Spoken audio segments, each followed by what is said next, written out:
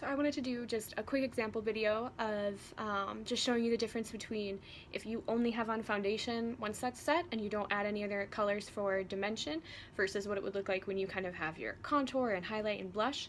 Because I think a lot of people feel bad that they don't find like one foundation color that totally matches their skin, but that's just not always, like, having just one flat color on your face, it's just not always going to be the most flattering thing.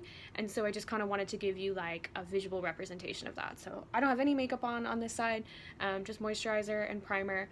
And so I'm going to put just my foundation, and then I'm going to set it with the typical pressed foundation that I usually use when I set my face, just so that you can kind of get an idea of how it looks when you use multiple colors on your face versus when you just have one flat one. And hopefully that just kind of helps people understand why we like to highlight and contour and add blush and extra color, and why it's perfectly fine to mix foundations and use several different colors of foundation or concealer or whatever it is that you may be using when you are doing your makeup. So I just have just a typical cream foundation. I'm just going to really quickly kind of throw on. And so again, so when you apply it, I'm always like, you can apply it however, and it's just all about how you blend it back out. So typically if I was doing makeup, I would add concealer and everything, but I know not everybody has concealers or has the need to use a concealer, so we're just going to put just foundation on. And so if you kind of do like little X's, that can help you kind of blend it as you go and just kind of like more evenly apply it. I feel like I really like haphazardly apply my foundation, but I'm really big into like blending everything back out to get it to be how I want.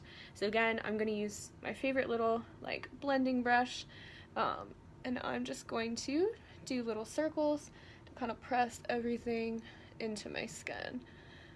And so again, on the neck, like I've done before, I like to kind of pull it down the neck a little bit, and then in some areas I might have to go in with like a smaller brush, or some people will use like their pinky finger to kind of blend around the eyes. You just want to make sure that you're always more gentle around the eyes, because the skin around your eyes is going to be a lot thinner than the skin that you're going to find on other parts of your face, and you just want to make sure, eyes are just a very sensitive area, and you never want to hurt yourself or hurt someone else. And so I also didn't want to put any concealer on because I just wanted to show you all what it would look like with just one flat color of foundation on my face, with just my setting powder. So foundation alone isn't awful, I feel like, but it's once you set it and that's the only thing you have on your face that I feel like it can be a little bit scary because you're just like one super matte color. And I always feel like when I'm doing someone's makeup, if I do their foundation first and I set it, they're always just like a little bit like, ooh, because we're just like not used to seeing our face without like these natural shadows and colors and everything. Okay, so you can see a quick blend, but it's blended out.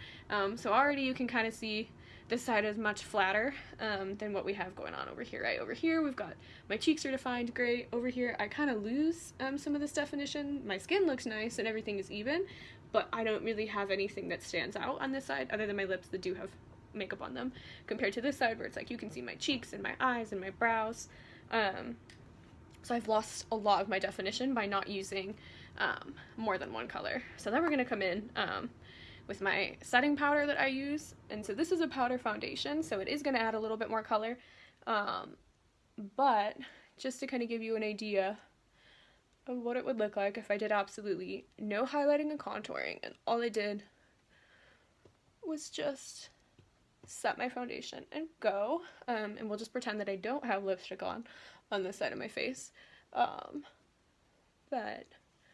And I think because I have nice lighting and stuff, it's not as intense as it could be if you could see me in person, but I think it'll also just give you, regardless, it'll just give you more understanding of why highlighting and contouring and blush and everything is done in corrective makeup, and we don't just throw foundation on. So you can see, so I'm powdered, completely covered. The two sides compared, again, my skin looks nice, it looks even, but if I'm really far away from you, the only thing you're probably going to see is just my lips, because I do have lipstick on this side. You don't get that nice like cheek definition, you don't really see my eyes, especially because I have blonde eyelashes. So if you do have lighter eyelashes, or your eyes are smaller, they can really get lost, right? The more I back away. But if we like see this side, we can see my cheekbones really nicely. We can see my jawline. My eyes are popping, even though like, my eyeliner is a little bit intense, but you can see that like it doesn't necessarily have to be like perfectly applied, but just doing a little bit. This looks a lot more natural, I feel like, than this where I'm just like one solid color. Nobody is really going to just be one solid color. So yeah, if I hit the light right, I have high cheekbones, so you can see the shadow a little bit, but it's not nearly as intense. It's how you can see my definition on this side. So hopefully this just helps you understand a little bit more why we like to do a little bit of like shading and highlighting and contouring and makeup. You know, there's nothing wrong with like having nice crystal clear skin, but just having everything all one color like this, you just kind of miss out on all of the color that is naturally in your skin. And I think, to me, it just kind of seems like an incomplete makeup. I would rather see someone without makeup on than see them with like just one solid shade like this. If this still doesn't sell you on it, maybe I'll do one where I just paint half my face pink and I don't contour and highlight, because I think that even more, that really shows you the importance of doing kind of this like shading and adding color and adding definition. But yeah, hopefully this helps clarify that a little bit more and makes why we do what we do in stage makeup make a little bit more sense.